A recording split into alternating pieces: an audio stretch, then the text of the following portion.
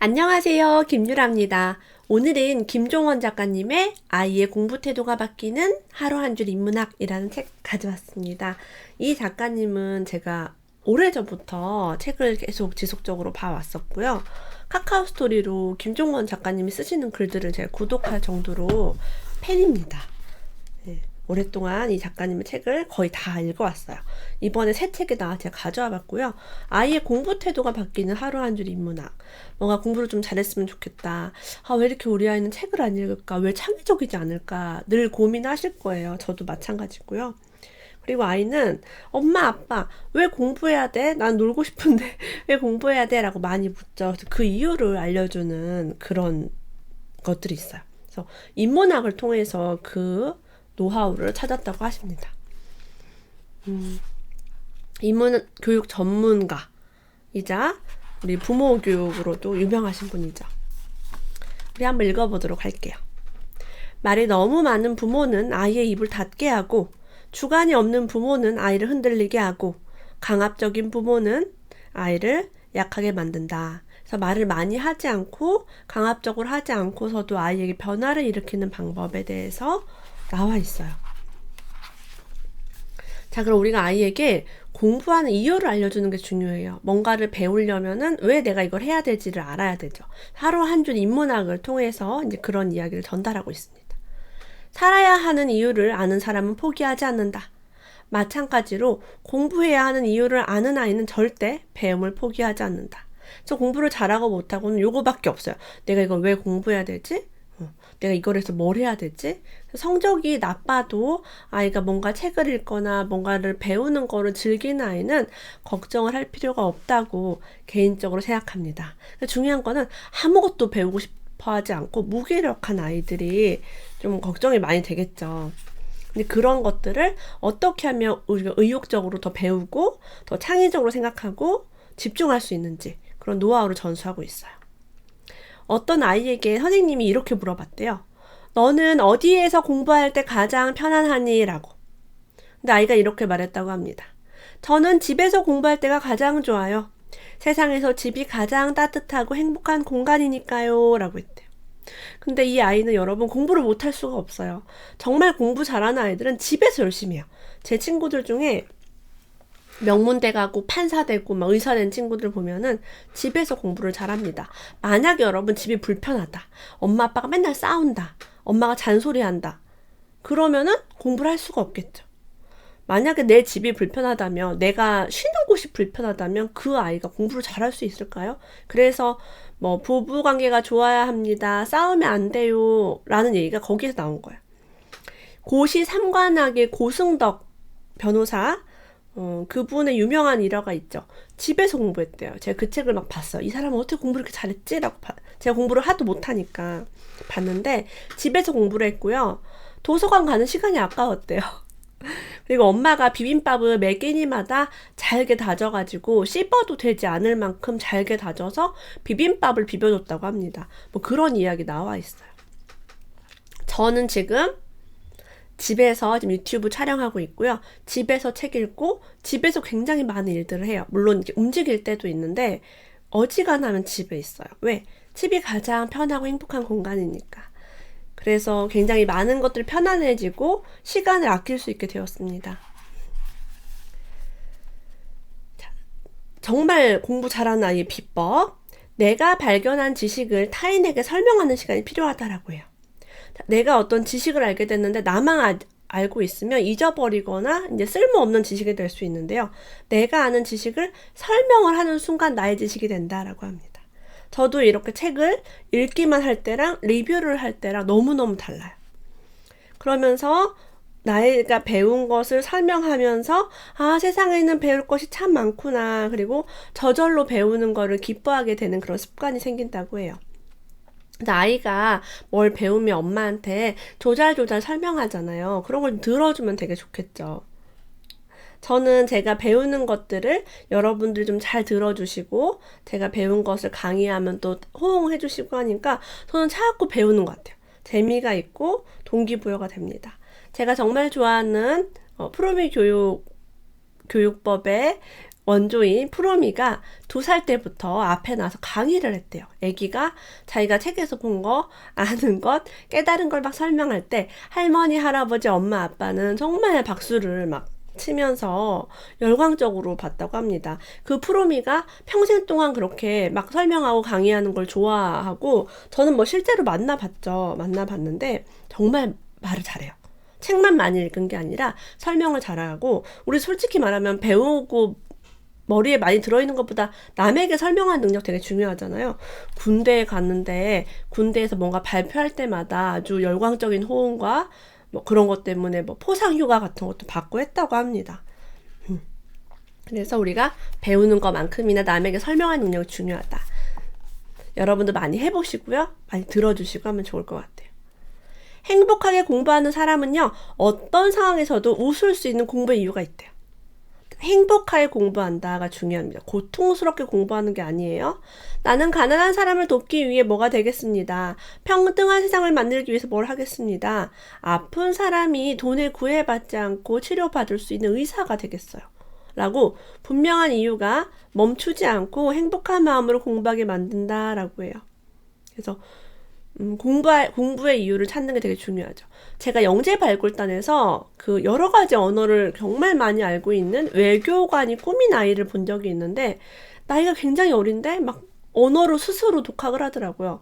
봤더니 그 친구는 우리나라가 다케시마가 아니라 독도라는 사실, 독도가 우리 땅이라는 사실을 전 세계에 알리기 위해서 외교관이 되겠대요. 그래서 언어를 너무 열심히 공부하는 거야. 분화돼요, 자기는 그게. 그래서 그걸 보면서 저 친구는 잘 되겠다. 성공하기 위해서, 뭐 돈을 많이 벌기 위해서, 명예를 갖기 위해서가 아닌 거야. 이 국가와 세계를 위해서. 너무 위대하죠. 그러려면 우리 엄마가 책을 읽는 안목이 필요하다고 합니다. 우리가 인문학적 지식을 아이에게 전달하고 아이는 책을 아직 깊이 읽지 않는다면 엄마가 읽는 게 되게 중요해요. 사람과 세상을 읽는 안목을 키워라 라고 얘기해요. 책에 속는 사람은 사람에게도 잘 속는다. 이렇게 이상한 책을 막 읽을 수도 있고요. 이상한 사람과 관계를 얻을 수도 있어요. 근데 문제는 언제나 내 안에 있다고 합니다. 그 책 쓴 사람이 사기꾼이에요. 그 사람 나한테 사기쳤어요. 나빴어요. 라고 하는 게 아니라 어떻게 보면 내가 그런 걸 끌어당긴 거죠. 너무 이제 이렇게 말하면 속상할 수 있어요. 그렇게 내가 잘못한 거야? 이제 그게 아니라 그 원인을 한번 보자면, 외면의 자신감과 화려함에 속진 않았는지, 겉으로 막 드러나는 것에 내가 현혹되진 않았는지를 한번 봐야죠. 그 사람의 내면을 보라. 내면의 당당함과 여유, 잔잔하게 퍼져나가는 의식의 기운을 바라보라. 근데 우리가 나의 내면을 보지 못하면 그 잔잔한 의식의 기운을 볼 수가 없어요. 그냥 겉만 보는 거예요. 헤어스타일, 말빨, 옷차림새, 뭐 그런 것들. 말에 흔들리지 말고 표정에 속지 말라. 다시 한번 그 사람을 보라. 결과적으로는 좋은 사람의 에너지를 땡기기 위해서 책을 보는 거죠. 그 사람을 만날 수 없으니까 책을 보는 거예요. 철학 고전을 왜 봐요? 돌아가신 우리 선인들의 지혜를 얻기 위해서죠. 자, 김종원 작가님, 제가 되게 존경하는 작가님이라 얘기했어요. 자, 이분이 작가이기도 하면서 독서가이기도 하죠. 이분이 말하는 좋은 책의 기준이 있습니다. 우리가 배울 만해요. 자, 내가 생각하는 좋은 책의 기준은 글의 힘을 믿는 작가가 자신의 모든 시간을 바쳐 사람과 세상을 위해 쓴 책이라고 생각한다. 그런 책이 반드시 잘 팔린다고 말할 수는 없지만 단 하나는 확신할 수 있다. 오래 살아남는 책은 실제로 많은 사람의 일상을 아름답게 바꾼다. 정말 좋은 책은요, 사람들의 일상을 아름답게 해요. 그래서 여러분이 어떤 책을 보시고 내 삶이 좀 더 아름다워졌다 그러면 그 책은 좋은 책입니다. 부모는 반드시 좋은 책을 읽어야 한다. 먼저 좋은 책을 선택할 안목을 가져야 하며 스스로 좋은 책을 읽고 아이에게도 그런 책을 권해줄 수 있는 부모가 되어야 한다. 저도 이 목표로 열심히 책을 읽고 있어요. 제가 만약 아이들이 없었다면 책을 읽지 않았을 것 같아요. 그냥 대충 살다가 죽지 뭐. 물려줄 게 없잖아요. 나 하나만 버틸 수 있으면 괜찮은데 우리가 유산으로 물려줄 게 돈보다도 저는 책이 되게 중요한 것 같아요. 돈으로 도와준다고 그 사람이 잘 살 수는 없어요. 근데 좋은 책, 좋은 의식을 전달해주면 그 사람은 잘 살 수가 있죠. 그게 아이든 친구든 타인이든 마찬가지예요. 자, 그러면 우리가 아이와 함께 근사한 프로젝트를 한번 해보면 어떨까라는 이야기를 합니다. 찰스 다윈이 10명의 아이들과 생물에 대해서 연구를 하고 토론을 하고 했대요. 자, 우리는 유튜브를 하고 싶어하는 아이들도 굉장히 많죠. 보는 거 좋아하고요. 자, 유튜브로 시작하거나 아이와 책을 쓰는 것. 아이가 책을 좋아하면 책 쓰기를 함께 하면 좋겠고요. 유튜브를 좋아하면 유튜브 만드는 거 하면 좋겠죠. 저는 이제 아이와 유튜브 채널을 이미 만들었습니다. 지난 봄에 만들었죠. 무엇이든 시작하면 서로 대화를 하게 되고 그것을 글로 쓰면서 공부의 가치를 아는 아이로 키울 수 있다. 경험을 할 수 있게 하고 배우게 되죠. 뭔가 내가 아웃풋을 하려면 인풋을 해야 되니까. 굉장히 좋습니다. 이런 걸 실천적으로 하기를 추천을 드려요. 자, 아이가 만약에 성적에 신경을 쓰여서 공부를 하고 있다면 1등 해야 돼, 술을 맞아야 돼 이렇게 하고 있다면 자기 주도가 아니라 경쟁심 때문에 공부를 시작한 것이다 라고 얘기해요. 진짜 자기 주도는 남과 비교하는 게 아니라 자신에게서 시작하는 감정으로 이루어져야 한다. 누구보다 잘할 거야, 1등 할 거야 이게 아니라 나로부터. 그래서 우리 아이가 경쟁심을 과도하게 불러일으키지 않도록 엄마가 좀 조절해주는 게 필요해요. 근데 아이들은 기본적으로 누구한테 지기 싫어서 이렇게 공부하는 경우가 굉장히 많죠. 이길 거야, 지고 싶지 않아, 뺏기고 싶지 않아 라고 생각할 수 있어요. 근데 아이가 그렇다면 엄마가 좀 그 나사를 풀어주면 더 좋을 것 같아요. 이 김종원 작가님께서 매우 오랜 기간 사색하며 답을 찾기 위해 노력한 질문이 있대요. 왜 같은 집에서 똑같은 교육을 받았는데 아이들이 다르게 성장할까? 꿈도 다르고 목표도 다르고 사는 게 너무 달라요. 그래서 알아봤더니 아이에게는 혼자서 무언가를 스스로 결정해서 완성한 경험이 중요하다라고 합니다. 별표, 혼자서. 엄마가 도와주고 아빠가 도와주고 형이 도와준 게 아니라 자기 스스로 결정해서 완성한 거. 그걸로 평생 가는 거야. 그 아이가 음악가가 될 수도 있고 엔지니어가 될 수도 있고 글을 쓸 수도 있어요. 환경도 아주 중요하지만 혼자 해본 경험이 더 중요하다. 그래서 예술적 안목을 키워주는 게 중요하다라고 얘기해요. 이 예술적 안목이 꼭 그림 그리고 막 음악을 하고가 아니라 블럭놀이 같은 걸 통해서도 나 혼자 블럭을 막 하면서 창의적인 작품을 만드는 거죠. 그것도 굉장히 예술적이다라고 보고 있어요. 그래서 블럭을 이렇게 만들어야 해. 이게 좋아. 아이야, 이거 그림을 보고 이대로 만들어. 이게 아니라 아이가 자유롭게 할 수 있는 거. 그 설명서에 있는 100가지 방법이 아니라 나만의 방법으로 할 수 있게 도와줘라 라고 합니다. 이것이 그 아이의 미래를 바꾼다라고 강조하고 있어요. 아이들에게요, 나중에 어떤 사람이 되고 싶어? 라고 물으면 놀랍게도 이런 답을 내놓는데요. 평범한 직장인이 되고 싶어요. 근데 우리 어른들도 마찬가지예요. 대학생도 마찬가지죠. 근데 이 평범한 직장인이 너무나 가슴이 아프다고 합니다. 신문이나 방송에서도 이렇게 말한대요. 보통 사람은 할 수 없죠. 일반인은 어렵죠 라고 얘기를 많이 해요. 세상을 특별한 사람과 보통 사람을 나누면 우리는 무엇도 배울 수 없다라고 합니다. 저 사람은 특별하니까 나는 보통이니까 아무것도 하지 말아야지. 이런 생각이 들죠. 그래서 아이가 이런 표현을 쓰려고 할 때 이렇게 말해주면 좋대요. 그 사람은 보통 사람이 아니라 모르는 사람이야. 다시 말해서 아직 그것을 배우지 못한 사람일 뿐이지. 그건 바로 가능성이자 희망이야. 와, 너무 좋죠. 그래서 엄마가 이런 대화를 할 수 있는 수준이 되면은 너무너무 이게 아이에게 좋은 거예요. 배우면 누구나 알 수 있어. 그래서 그 사람은 보통 사람이 아니라 가능성이 있고 희망이 있는 사람이야. 자, 이 대화에서 뭘 볼 수 있어요?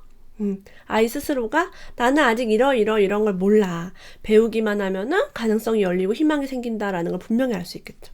자, 저는 이렇게 말하고 싶어요. 육아서를 읽지 않으면 육아에 대해서 잘 모를 수도 있어요.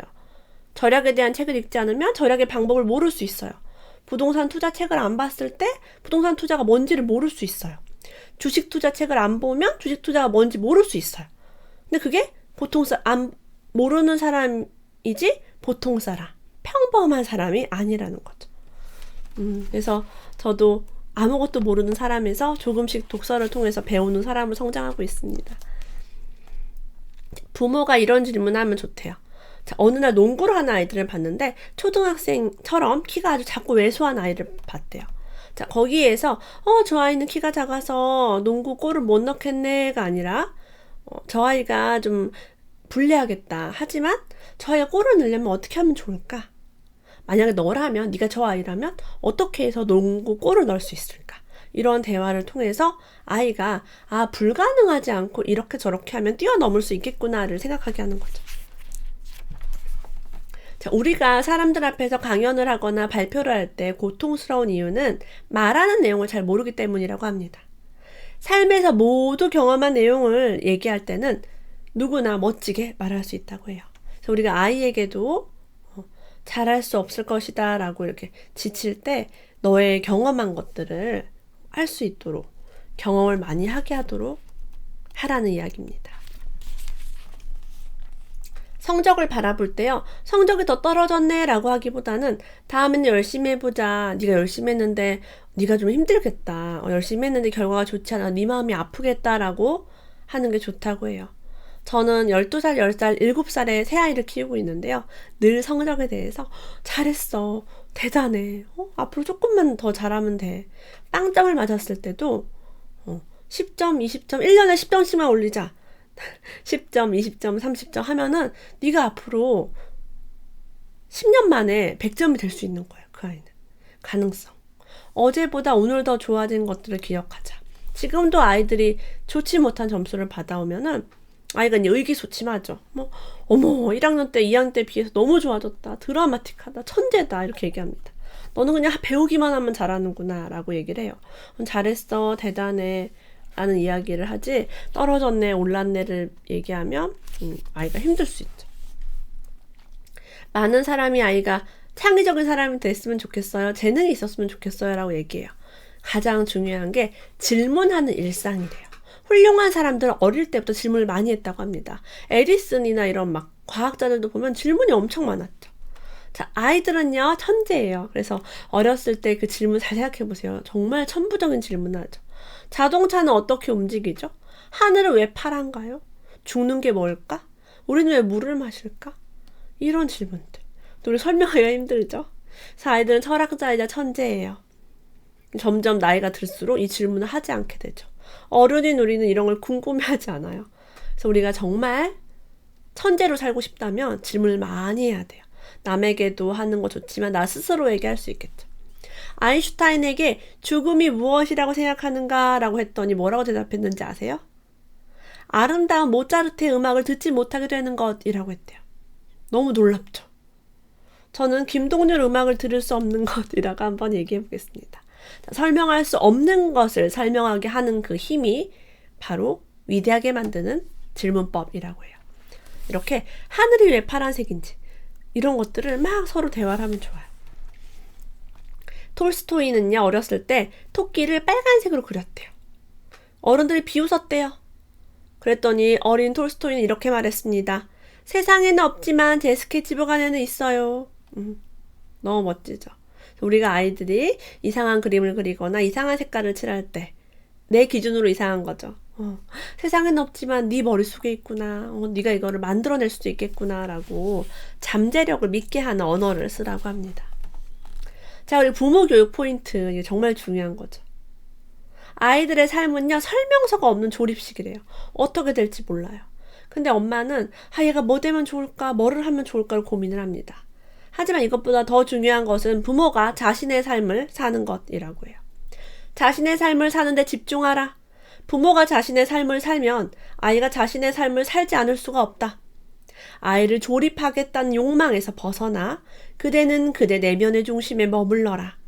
그게 아이를 사랑할 수 있는 부모가 할 수 있는 최선의 방법이다. 우리 아이는 의사를 만들 거예요. 우리 아이는 로봇 공학자를 만들 거예요. 라고 뭐를 막 만들려고 하지 마시고 나에게 집중하라라고 얘기합니다.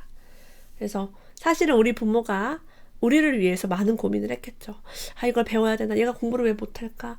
왜 대학 진학을 이것밖에 못했을까? 했을 거예요. 근데 우리가 과연 우리 부모가 원하는 전공과 직업을 택해서 지금 살고 있나요?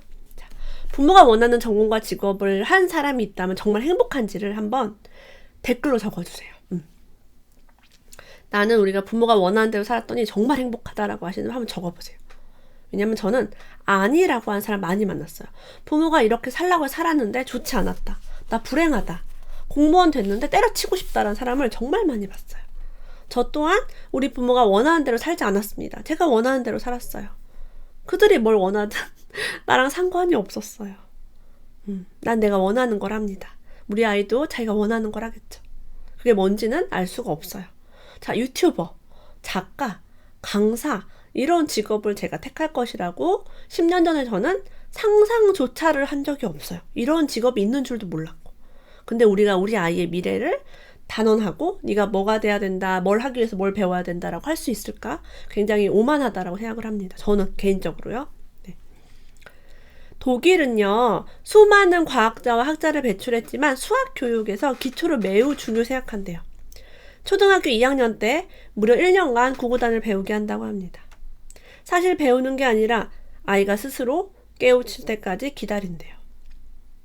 기초가 중요하고 그게 바로 흥미로 이어지며 그것이 아이의 공부 경쟁력을 결정한다고 해요. 아, 이런 원리구나. 아, 되게 재미있다라는 거 알 때까지 기다리는 거죠. 그리고 시간이 많이 걸리지만 이렇게 투자해서 이해를 하면 그 다음부터 좋아지는구나. 저는 성인이 돼서 성인 공부가 너무 좋았어요. 누가 시키는 게 아니라 내가 좋아하는 거, 흥미로 이어지는 거. 저는 돈, 마케팅, 재테크, 심리학, 자기계발 이런 거 공부 막 하면서 내 속도대로 천천히 1년이 걸리든 10년이 걸리든 5년이 걸리든 하게 되는 그 공부. 누구도 강요하지 않은 것. 근데 학교 공부는 진도가 있고요. 학원 공부는 숙제가 있고 너무 힘들었어요. 그래서 이런 성향에 맞춰서 교육을 하면 정말 좋겠죠. 자, 아이들은요, 이런 생각을 할 수 있어요. 이걸 대체 왜 배워야 되지? 우리도 했었죠. 내가 배우기 싫은데 왜 배워야 해? 자, 이 의심을요, 이걸 어떻게 하면 더 잘 배울 수 있을까라는 호기심으로 바꾸면, 생각하면 이제 배우려는 것을 더 잘할 수 있다고 합니다. 저 같은 경우는 뭘 하면 내가 더 잘할 수 있을까를 지금도 늘 고민을 해요. 왜 이걸 배워야 하지라는 것은 배우질 않습니다. 전 성인이니까 선택을 할 수 있죠. 우리 아이들에게도 정말 배우기 싫어하는 것들은 좀 살짝 놔줄 필요성이 있는 것 같아요. 왜? 학교를 어차피 다니니까. 이 아이가 수학을 싫어해도 학교에서 수학을 배우고 음악을 싫어해도 음악을 배우기 때문에 왜 배워야 되는지 모르는 거를 억지로 막 시키면 오히려 더 부작용이 날 수 있지 않을까라는 생각이 들어요. 이런 책을 통해서 이 부모의 지혜를 많이 배웁니다. 자, 그리고 우리는요, 남의 생각보다 내 생각을 말하는 용기가 굉장히 중요하다고 해요. 우리가 남의 생각이 요런데 내 이 반대 생각을 내는 걸 굉장히 두려워합니다. 조용하게 지내면 안전하다라는 세상의 소리에서 벗어나 자신의 생각을 말하며 죽음을 당당하게 맞은 위대한 정신이 있어 우리가 새로운 세상에서 이토록 평범하고 고요한 일상을 보낼 수 있다. 자, 여기에 별표란 이유가 있어요. 지금 대한민국, 우리가 살고 있는 이 시대는 너무 풍요롭고 잘 살아요. 전 세계 어디를 제가 여행을 해도 우리나라처럼 집도 좋고 먹을 것도 많고 인터넷도 잘 되고 교육도 환경이 좋은 데가 없습니다. 자, 근데 우리 선조들이 독립운동, 일제에 맞서 독립운동했죠. 우리 6.25 전쟁도 겪었죠. 정권이 막 계속 바뀌는 그런 촛불 집회도 경험이 있어요. 그래서 이런 것들을 봤을 때 우리의 선조들이 당당하게 자기 목소리를 냈기 때문에 지금의 대한민국이 있는 거예요. 저는 아이들과 서대문 형무소에 가끔 가거든요. 갈 때마다 이분들이 목숨을 걸고 고문을 겪으면서까지 우리나라의 독립을 위해서 애썼기 때문에 우리가 이렇게 좋은 세상에서 너무 잘 살고 있는 거야. 정말 여러분, 우리가 어떤 다른 국가의 지배를 받고 있다고 생각하면 너무 끔찍하지 않아요? 자유민주주의 국가에 살고 있어서 너무 행복합니다. 자, 아이들은요, 이런 질문 많이 해요. 엄마는 꿈이 뭐야? 이 질문에 제가 너무 놀랐어요. 아이는 순수하구나. 이렇게 늙은 내가 꿈이 있을 거라고 믿어주는구나. 그래서 그때부터 저는 꿈에 대해서 막 고민했어요. 이 아이의 꿈이 자라는 만큼 엄마의 꿈도 키워야겠다. 근데 이렇게 말하는 사람도 있대요. 꿈은 무슨, 그냥 오늘 출근해서 열심히 일하고 너 맛있는 거 사주려고 사는 거지. 근데 이게 아니라 아직 오지 않은 어떤 미래에 대한 그 순간을 바라보며 내 인생을 투자하고 노력하는 것이 공부의 한 파트가 아닌가 싶어요. 그것에 대한 가치. 엄마는 10년 후에 뭘 하기 위해서 지금부터 공부하고 있어라고 얘기해 줄 수 있으면 얼마나 좋아요. 그리고 엄마의 독서를 통해서 아이와의 일상의 대화가 깊어지길 바랍니다. 그리고 아이의 공부의 여정에 인문학적 지식이 있으면 정말 좋겠죠. 그래서 여기에서 소리내어 읽고 문장을 필사하고 그 적은 것들을 느낌으로 이야기하는 3가지 방법을 김종원 작가님이 최근에 되게 권유를 하고 있어요. 안에 보시면은 베껴 쓸 수 있는 문장들, 좋은 문장들, 그 인문학에서 나오는 그런 100가지 문장, 100가지 문장이 있습니다. 그건 제가 리뷰를 너무 많아가지고 다 하지 못했어요. 정말 아이의 공부나 인생의 동기부여가 되는 이야기 함께 했습니다. 이 책은요, 제가 10권 서평 이벤트를 통해서 리뷰단을 뽑으려고 합니다. 우리 밑에 있는 링크 선한부자 프로젝트 카페에 가서 신청해주세요. 오늘도 끝까지 함께 해주셔서 감사합니다. 다음에 또 만나요.